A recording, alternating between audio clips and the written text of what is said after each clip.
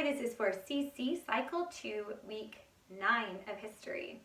Tell me about some absolute monarchs.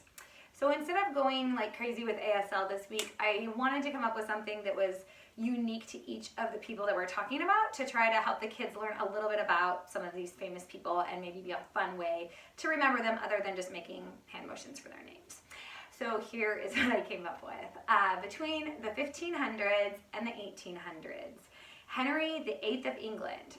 So for Henry, what he's best known for is one of the things is his 6 wives. He was married 6 times. So I'm going to point to my wedding ring, 6, and go, because that's a lot of marriages, right?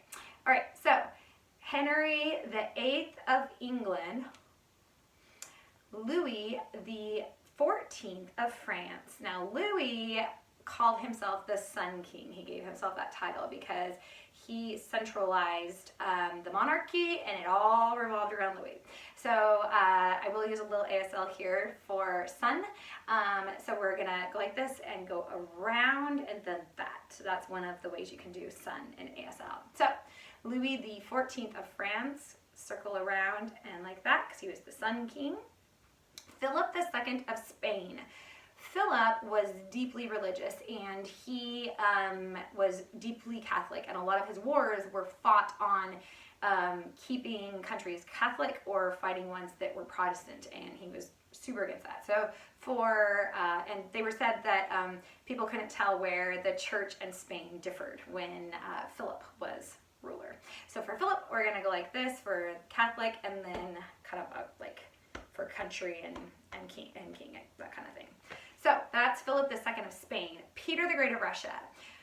He's best known for modernizing Russia. He took this huge long voyage and he went to a lot of Western European countries and brought back elements of that to Russia. And one of the things I thought was the funniest was he wanted them to look modern in both dress and appearance. So he made a new rule, like a law, that they could no longer have long beards. He forced all of the the wealthy and the powerful, everybody, to cut off their long beards, and there was this huge battle over that. And if you didn't, you had to pay a big tax once a year. So for Peter the Great of Russia, we're gonna like this on our long beard and take scissors and go chop, chop, chop, chop, chop. Okay, so that is Peter the Great of Russia.